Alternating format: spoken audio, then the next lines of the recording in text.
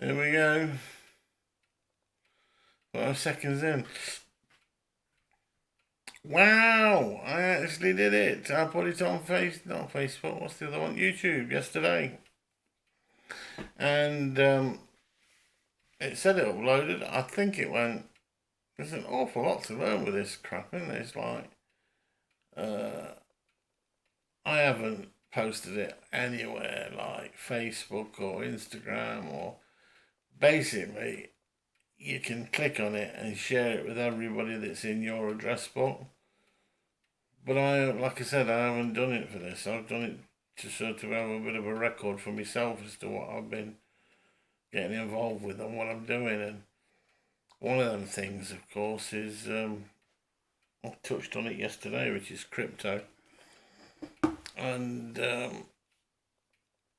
I invested quite heavily into that shit, and I've got some favourite coins, Ethereum being one, Solana being another, Matic, which is Polygon, being another, Cardano or ADA being another, Compound,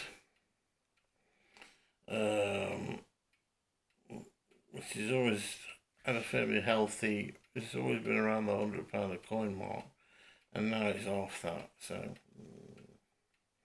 we're in terrible times at the minute for the crypto universe. Quant, that I quite like them because they're also around about the £100 mark, and they're down to, well, today's figure, for instance, is 92 quid. But it's better than the Compound. Zcash I looked at very early on the basis that it's, from what I can glean, it's a currency that has real good privacy, so you can send and receive it quite clandestinely. And of course, they don't like that because of money laundering. I should be so lucky, whatever that is. Immutable X was picked up on a tip from some. I mean, there are thousands of people out there giving tips as to what will make money, but and what won't, and they all say it's not financial advice and so on and so forth. But Immutable X, and that has gone down.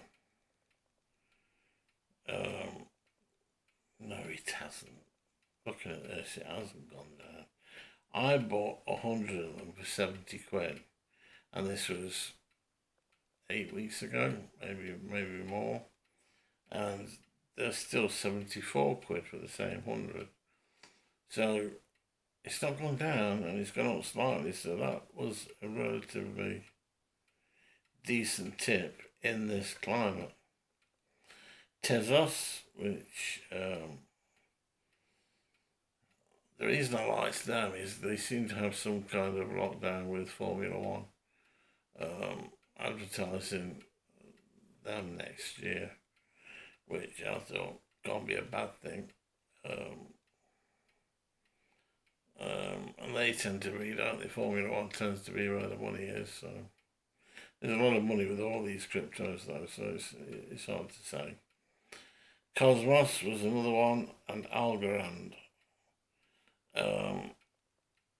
Arc Block was just one I had a punt on, and Voyager was another one I had a punt on and sort of offloaded them. Well, I offloaded the Voyagers for some more ADA. Cardano, however you want to say it. Anyway, that is what I've currently got with Coinbase is the exchange I've got them on, and it keeps fluctuating between the portfolio that I've got there with the volumes of coins that I've got in there between 5 and 8,000. But at the time I bought it, that was more like 20,000. So it's lost so much freaking money, it's unbelievable. So all you can do in them situations is say, right, Glover Clogs, you thought you were the what's nots, you thought you knew what you were doing. Um,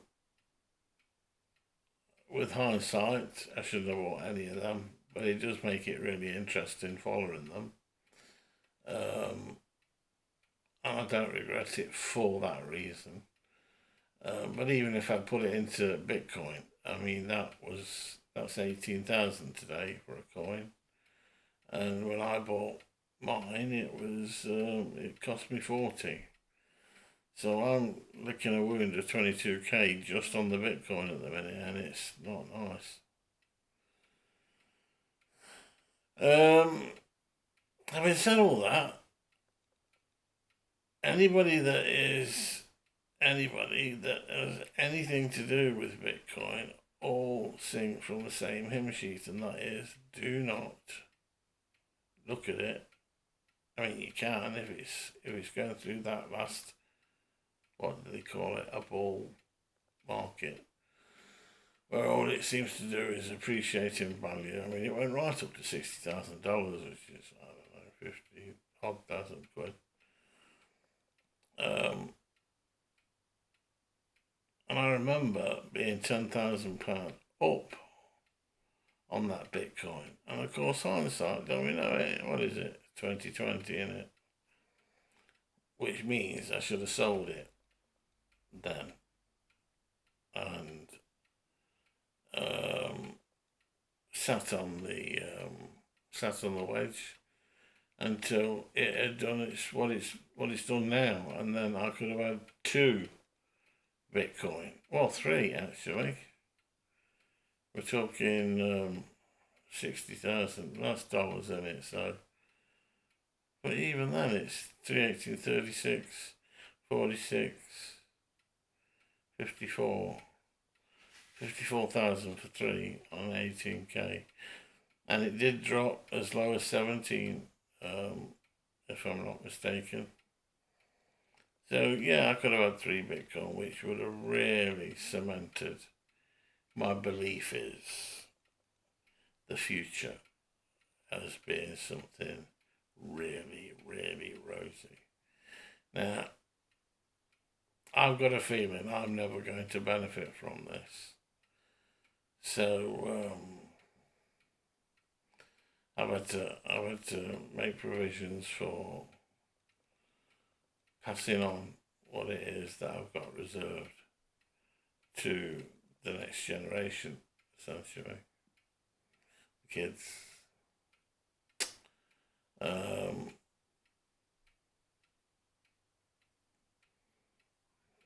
Because it'll be in their lifetime that Bitcoin will achieve the lofty heights everybody said and continues to say will be the case.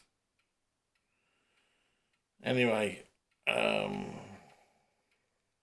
Mark, just to digress a little bit here, is the name of the guy that is Every Man Has a Story in the Philippines. Remember on the last video I was saying how I can't remember his name, and of course it's Mark. If you're interested in living abroad, and I am, not that I'll ever do it, but, on the basis that I can't really, because I had, like I said to you yesterday, I had an aortic heart valve replacement in 2007, and I had the tissue valve, which was donated. Much to the delight of Danny Keller, who used to take the piss with this one big time, but a pig's heart valve. It's not just any old pig. I mean, they breed them specifically for these things, and the thing is, a pig doesn't live the life we have. It doesn't have 80 years in front of it. It has 15, 20 at the most. And that is borne out by its spare parts that's grown for us.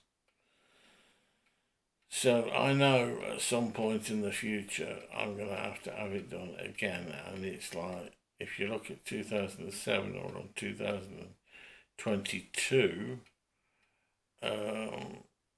that's 15 years this has been in. You know, it's hard to say. It's definitely in the next 5 years I'm going to have something. I can tell as well. I can tell with the water retention, with the aches and pains, and all these things are indicative of the drugs. I think that you take, anti-blood pressure drugs, statins, things like this. Which, in all honesty, is poison. Wish to Jesus I didn't have to take them, but I'm too scared of dying, which means, any reasonable person isn't they scared and don't really think about it much. But I do know that, and I'm told constantly by the doctors.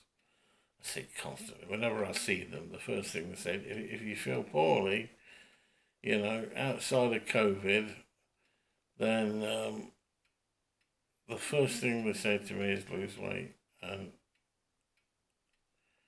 it's like you don't know, and it's to listen to Bill Burr and people like him. It's so self-inflicted. I know all that, and I've done all this additional weight myself. Nobody stood over me with a gun force feeding me. But it's not that. It's you get caught up with your own life so much, and you get, like all my work in life was heavy drinking, heavy smoking, heavy eating, unsociable hours. Loved every minute of it, and you end up with a shape like this when you don't couple that up with a shitload of exercise.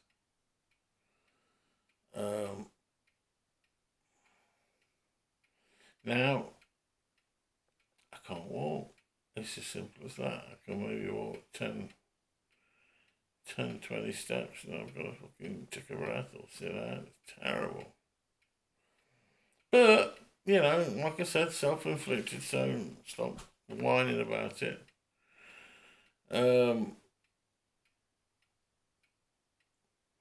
I'm just really wrapped up at the minute in what people are doing abroad and how they are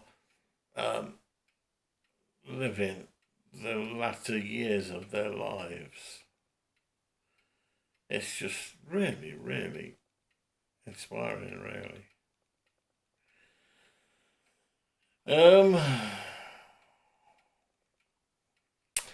It's going to be a short video today because I was really excited about uploading that one yesterday, and I don't know whether I got it right even now. But I thought I'd do another one today, even though it's light and it's not got much content. A little bit there about crypto and a little bit about the Filipino bloggers.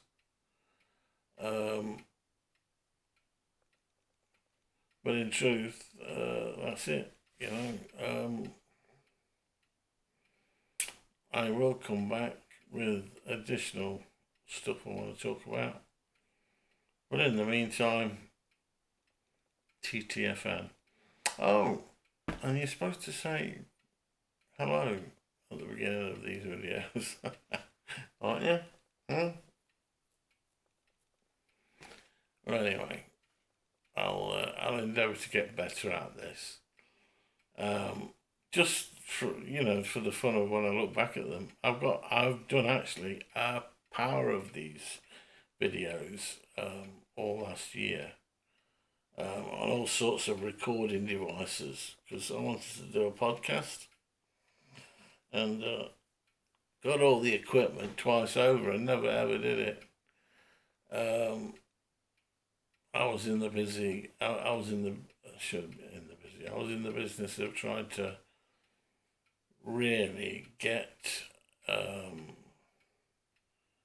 myself positioned to finish with worrying about money, essentially, which meant selling off a few assets and retaining just enough to give me a small income going into retirement.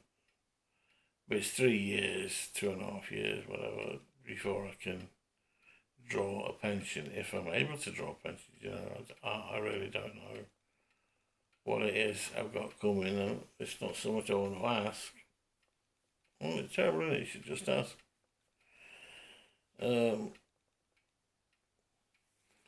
But I do have this house, which it's what I live in. You got to live somewhere, haven't you? So there's no you can do with that. That's just nobody can kick you out of it, which is pretty nice feeling. And I do have another one, but the kids live in that, and they're all going through formative jobs, so nobody can afford much rent. And but I sold off the last of how can I put it, the last major asset I had that can have an impact on my finances last year, and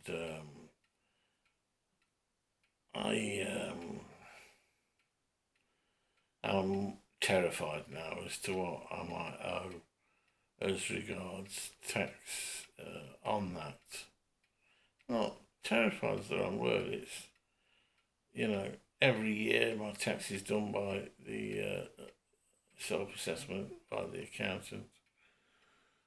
He did say that at the time you sell a house, he said this last year, but then went on to say, we'll sort it out next year, Dave. You're supposed to notify them that you've sold it, and they want to get their hands obviously on their, they might fine me, I don't know. They want to get their hands on their portion of the profit. Buying and selling houses is okay whilst you're staying in debt to do so, because there's all sorts of things that the government allows you to write off. Any costs, any repairs, any, mortgage interest, so on and so forth. You can write all these things off against the debt itself, and you can then draw it back through releasing equity and paying yourself back for the monies that you put down to renovate. It's like I say, it's geared up to be okay whilst you're borrowing money and whilst you're working from a debt situation. The minute you get to say the worst thing that could happen is you've got 100 properties. It's the worst thing. It's a nice problem to have, I suppose. And they're all paid off, and they're all relatively great condition, and you've got an income that's being taxed to death. Whatever the highest rate is it 40%? Now they don't tax any more than that anyway. So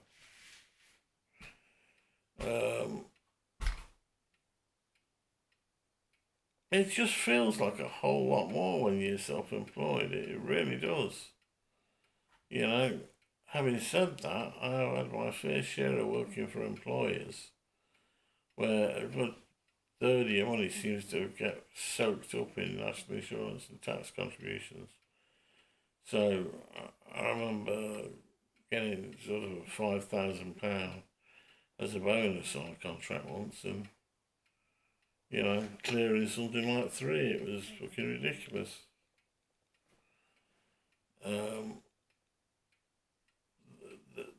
The difference was huge. Having said that, you're picking up a lot of money, start whining again. And I constantly put myself there. I I do keep myself in check when it comes to appreciating what it is that you've been blessed with. Well, the weather seems to have turned. It is today, by the way, which I didn't say at the top of the hour, which I did on other videos, but not these. So I'm going to say it now. It's Thursday, the 25th of August, and it's 13:22. I must alter the date on these vids because this one, it's got the 28th. Oh no, that's the time. I think it's 2015. So I'm gonna finish this video now. I'm gonna put it online, and I'll update the details within this camera to start accurately recording the dates on the on any film that is taken, photographs, etc. Thank you again for watching. Like and subscribe. I didn't think I'd ever hear myself say that, and I still don't know if it's right what I'm saying. You know, I probably posted it on Facebook and nobody's seeing it, you know. But who cares? It's, like I say, it's the feeling of achievement. I mean, if I can do this, anybody can do it. I've got a friend who lives in Ratcliffe that's supremely talented. He's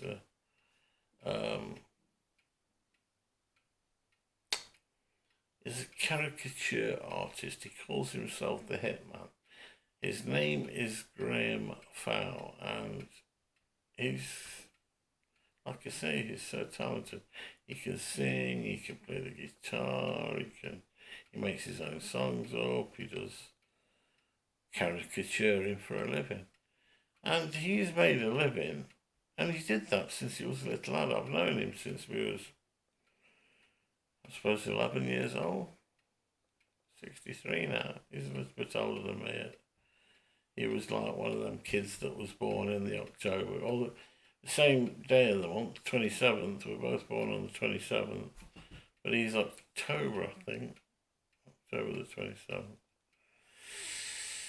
And I'm March, so I'm 59. I think he's March 1958. He was born, so he's like a few months older than me. But yeah, he's done really well for himself. Doing something, like I say, he's carved a living out for himself that nobody belonging to him has helped him with. He's done it all himself. You know, there's nobody in his background that is a famous singer or an actor or a footballer or anything like that. You know, so I'm slumping down there. I don't know why that is. Anyway, you never know. I might do a afternoon with him in the future at some point. Or indeed interacting with other people. But at the moment, this is just for me, and I'm going to upload this video alongside a lot of other videos that I've made.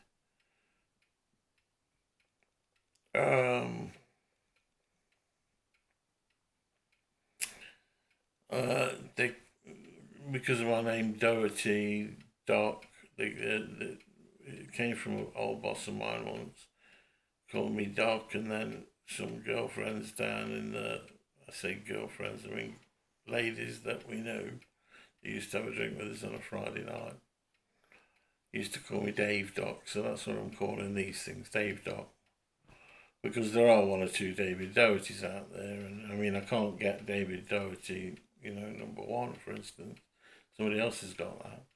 And even outside the #1, just David Doherty at btinternet.com, Somebody else has got that, so I've been relegated to number 2, D.Doherty2, or David.Doherty2 if you're going to Google.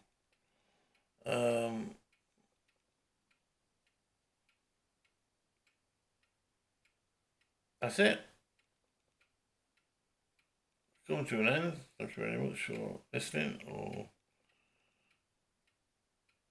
if there's anything you want to talk about that you think I could help you with, then sort of leave a comment. Is that what you do? Leave a comment? You never know, we might get some rapport going here, and if not, I'll just keep telling you what I think. Dave Doc says, that's what I call it, or thinks, or... Because there's loads to talk about. There's loads to talk about, from my involvement in telecommunications back in the 70s when, I left school. I'd like to go through my career, in all honesty, and